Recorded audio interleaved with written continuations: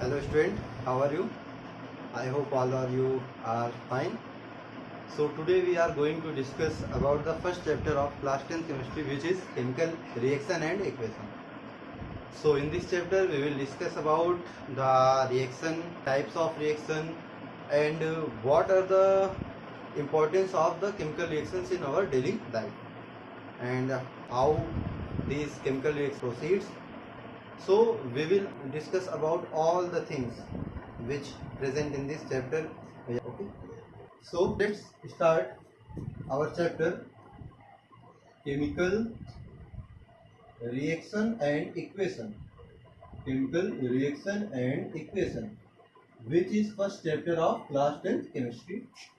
Class 10th chemistry, and in this chapter we will know about the chemical reaction, what is chemical reaction, what is the importance of chemical reaction, how many types of chemical reactions are there, and what is the uses of chemical reaction in our daily life, what is the examples of chemical reactions in our daily life. So let's start the chapter. Basically we know that everything around us is made up of matter. If we see around us, everything whatever present in our surrounding is matter. And if you know about this, that matter consists chemicals. A matter is made up of chemicals, as the clothes we wore is made up of chemical. This is a polymer called synthetic polymer. Polythene we use in daily life is also a chemical, made up from ethene, known as polyethylene, is a synthetic polymer of ethene. So the food we eat is also a chemical. So we know that everything around us is a chemical, or we say that everything around us is made up of chemicals. So chemicals have two types of properties. If we see, the chemical has, or simply we say matter. Matter has two types of properties. First is physical property, and second is chemical property. So each and every element has two types of property: physical property and chemical properties. In the universe, all the things present has both types of properties, physical properties and chemical properties. If elements contains, or chemical contain, or metal consist these properties, they also show the changes, physical changes. Two types of changes: one is physical change and second is chemical change. You know, all the chemicals can show two types of changes: one is physical change and second is chemical change. So we will discuss about these two type of changes. What are the difference between these two things? Then first let's talk about the physical change. So what we will know, that physical change is the change in which composition of elements or composition of matter does not change. What we say about physical change? Physical change is the change. Physical change is the change in which chemical composition of the component doesn't change. What we'll say about this? The change which in which chemical properties or chemical composition of element, or we say components, or we say matter, doesn't change is known as physical change. So we know about this. If in any change the chemical composition of component or matter or element doesn't change, then it is known as physical change. As we know, ice, when melts it forms water, and when water freezes it again forms ice. So this process, which we know as melting and freezing, If we see in this change, ice change into water, but its composition is H2O and water composition is also H2O. If we melt ice, it converts into water, but chemical composition is same. Both of the substance has same chemical composition. It is H2O and it is also H2O. If we freeze water into ice, the chemical composition doesn't change. Water has H2O, chemical composition H2O, and ice has also chemical composition H2O. So what we know about this, what we see about this, in this the change, in this change, the chemical composition of element or matter or compound doesn't change, and this change is reversible. If we know, if we see, we can convert ice into water by melting. We can convert water into ice by the process of freezing. So what we know, that the physical change is reversible in nature.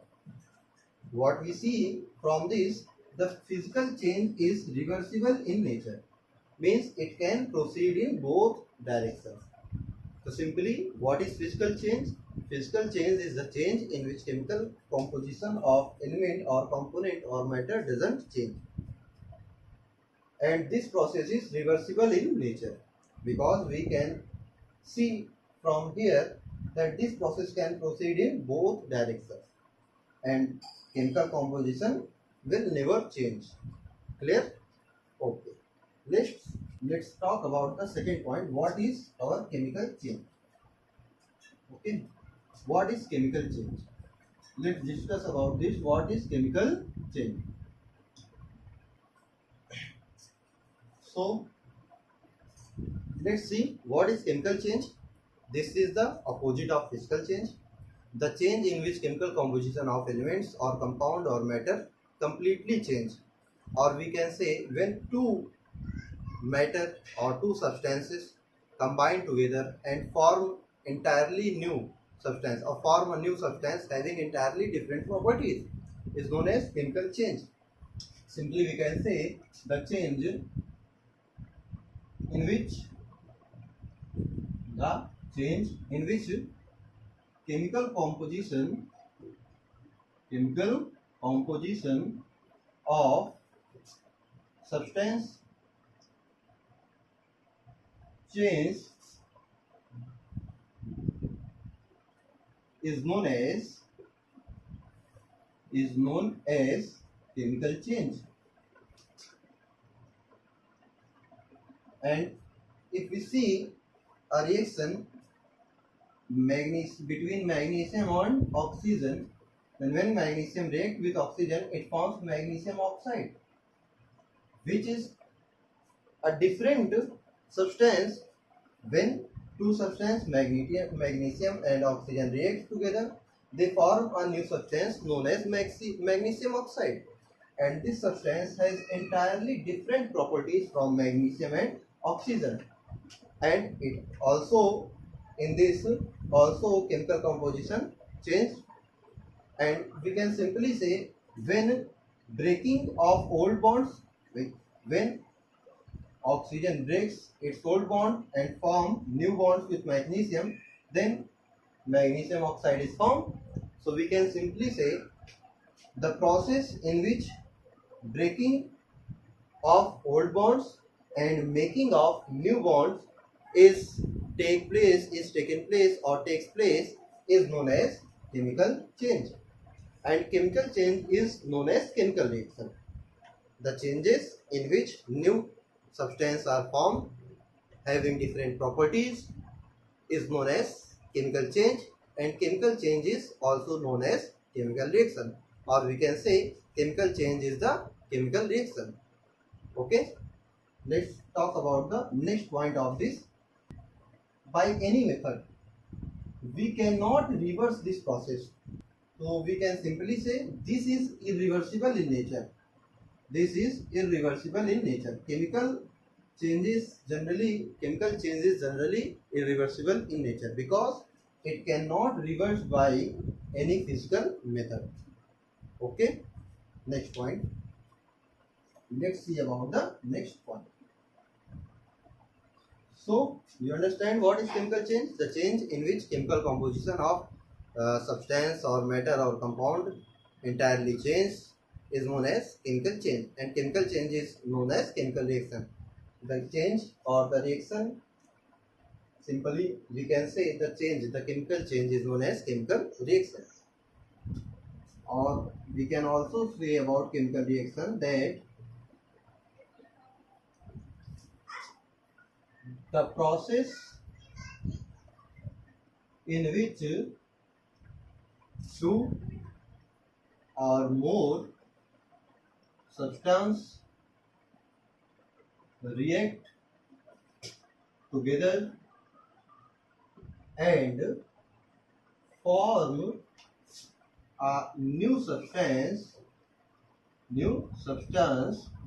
having entirely different properties. Entirely different properties is known as chemical reaction. When two substances or more than two substances react together to form a new substance, this is known as chemical reaction, and the substance form has entirely different properties from its constituent substances or constituent elements. As we can see, when we react hydrogen with water, it forms hydrogen with oxygen, it forms water molecule. If we see that the water molecule has entirely different properties from hydrogen and oxygen, so this is known as our chemical reaction. So what is chemical reaction? When two or more substances react together to form new substance having entirely different properties, then it is known as a chemical reaction, and it is generally irreversible in nature because we cannot reverse it by any physical method. Clear? Next, what is chemical equation? We will talk about chemical equations. What is chemical equation? Then chemical equation. We say about this that the symbolic representation of any chemical reaction in the form of formulae is known as chemical equation. What we can say? The symbolic representation of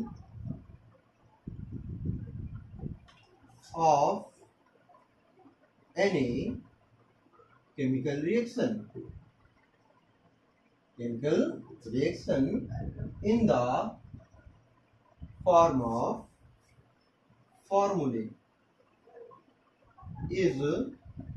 is known as chemical equation. Chemical equation. As we can see, when we react hydrogen with oxygen, it forms water molecule. If we see that hydrogen reacts with oxygen to form water, but every time we cannot write in this form because this is the lengthy method to write the chemical reaction. We cannot use this method everywhere.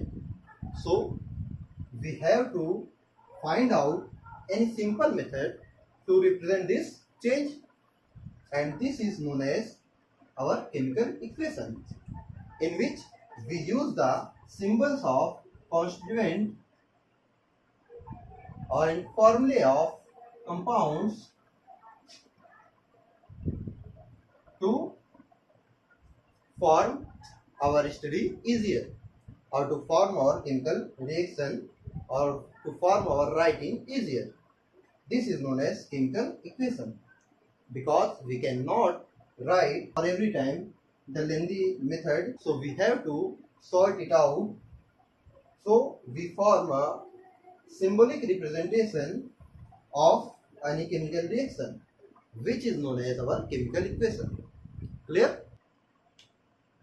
Chemical equation is more informative than any chemical reaction, because by the chemical equation we can also know the state of the substance. We know the formulae, we know the symbols of elements, we know the formulae of compound. Also we know the state of elements or compounds. As we can see, hydrogen is in the form of gaseous state, or hydrogen is taken in the form of gas.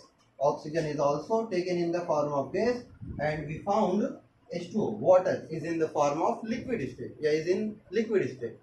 So any chemical equation is more informative than chemical reaction, because we know the symbols of element, we can know the formulae of compound, and we can also know the state of the substance. Clear? Okay. Then we have two types of chemical equations.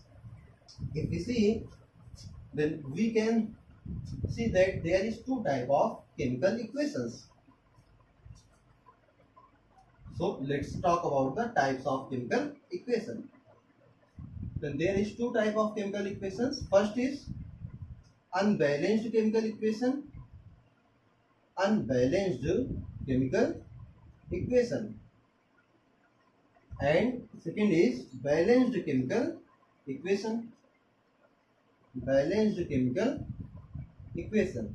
But before this, we have to know some other basic terms. So we will talk about that. Let's we talk about that first. As first point is that in any chemical reaction, the substance which reacts together are known as reactants. As we know, hydrogen reacts with water to react with oxygen to form water. This is a chemical equation. This is a chemical reaction. So in a chemical reaction, the substance which reacts together to form new substance are known as reactants, and reactants are always written in the right hand side of the chemical equation. And the new substance which is formed in the chemical equation or as the result of reaction of the reactants is known as product, and it is always written in the right side of the chemical equation. We can repeat again that the substance which reacts together to form new substance are known as reactants, and they are always written left hand side of the reaction, and the new substance which is formed as the result of the reaction of reactants is known as product, and it is always written in the right hand side of the reaction. The reactants and products are separated together by the arrow or by an arrow, which head is directed towards the product. The head of arrow is directed towards the product, which shows the direction of reaction, which also shows the direction of reaction, which also shows the direction of reaction. So what we know or what we can see from here, the substance which reacts together to form new substance are known as reactant, and the substance which is formed as the result of chemical reaction is known as product. And product always written in the right hand side, reactants are always written in the left hand side, using plus sign between them. If there is any extra product, we will also use plus sign this side at this side. Okay, so reactants and products are separated by the arrow, and head of the arrow is directed towards the product, which also shows the direction of reaction. Okay, then what is the sign of chemical equations? How we can know that chemical change is occurred? Okay, so we will talk about the signs of chemical equation. From which signs we can know a chemical reaction is proceed or a chemical reaction has taken place. So first sign is change in state of substance. if there is change in state of the substance which are taking part in a chemical reaction, we can say that chemical reaction is taken place. Or second, evolution of gas. If there is evolution of gas taken place in any reaction, we can also say that it is a chemical reaction. So evolution of gas, or we can say change in color. If there is any change in color of substance taking participate in a reaction, we can also say that this is a chemical reaction. Or next point, if there is if there is any change in temperature of substance, it is also known as chemical reaction. So by these points or by these signs, we can recognize any chemical reaction. If any of them taken place in a chemical change or in any change or any change, we can say this, that is a chemical reaction. Okay, so these are the signs by which we can recognize any chemical change or any chemical reaction. So let's talk about the types of chemical equation. So as we know that there is two type of chemical equation.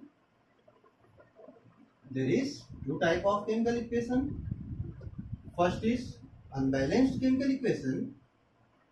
And second one is balanced chemical equation.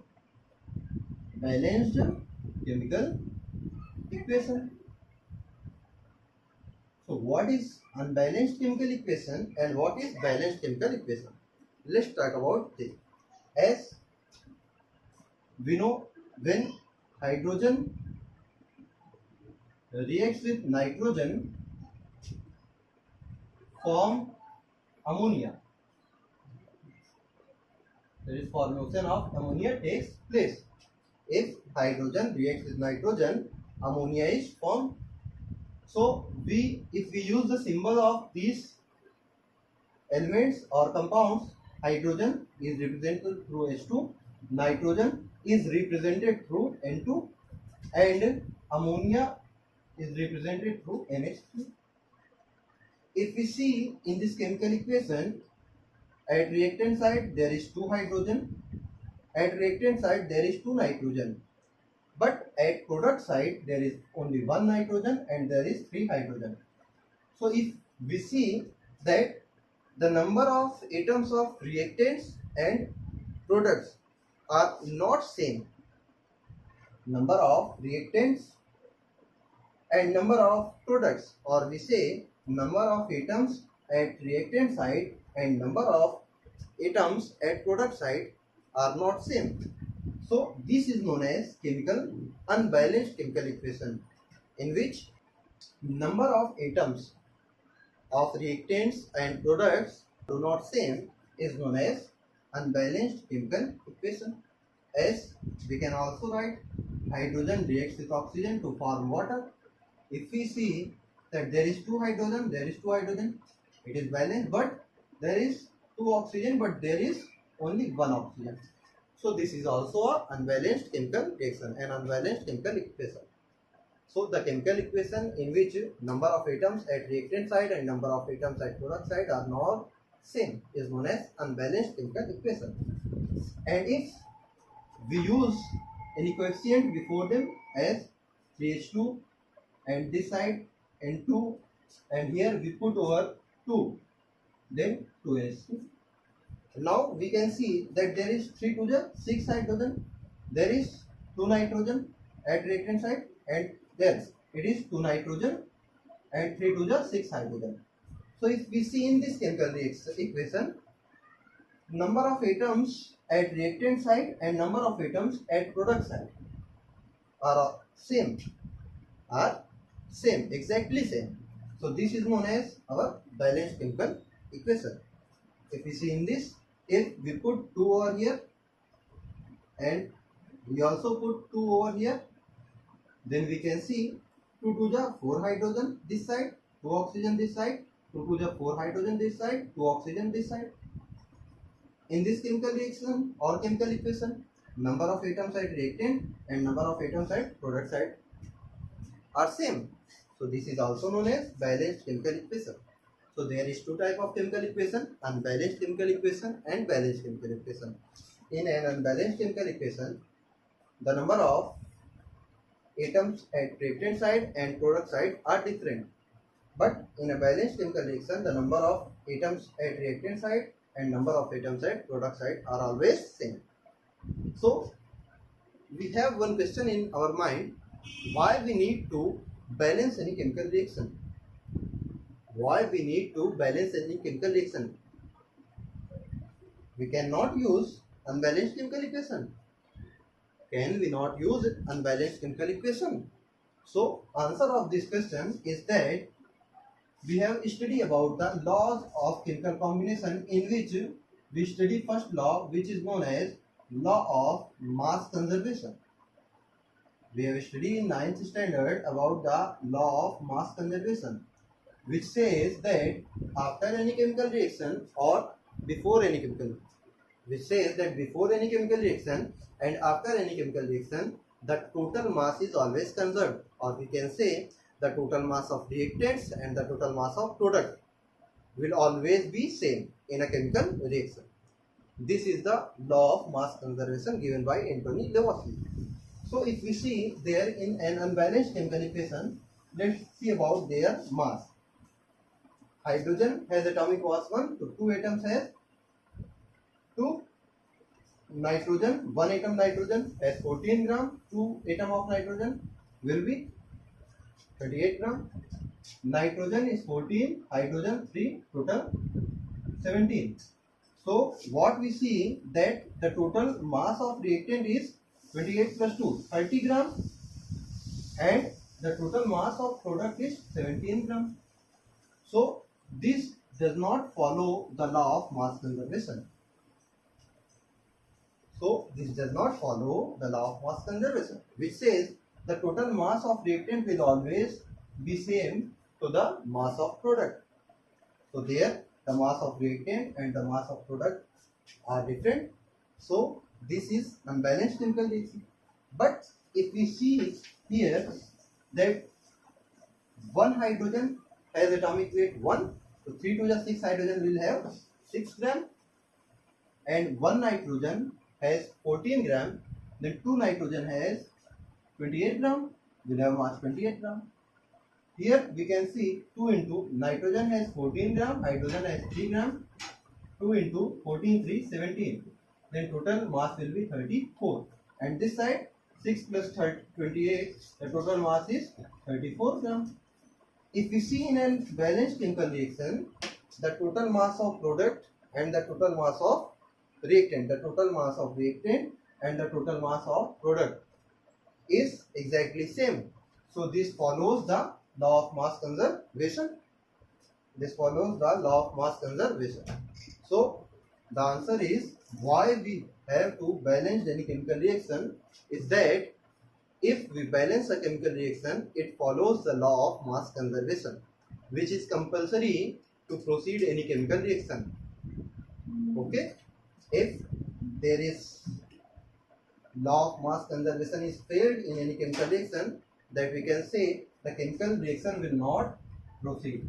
So unbalanced chemical reaction will never follow the law of mass conservation. So we have to balance the chemical reaction.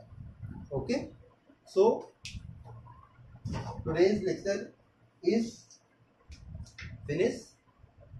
In next lecture we will discuss about how we can balance any chemical reaction or the method of balancing of any chemical reaction. So bye to all of you. We will meet in the next lecture for the learning of balancing of any chemical reaction or methods of balancing of any chemical reaction. Okay.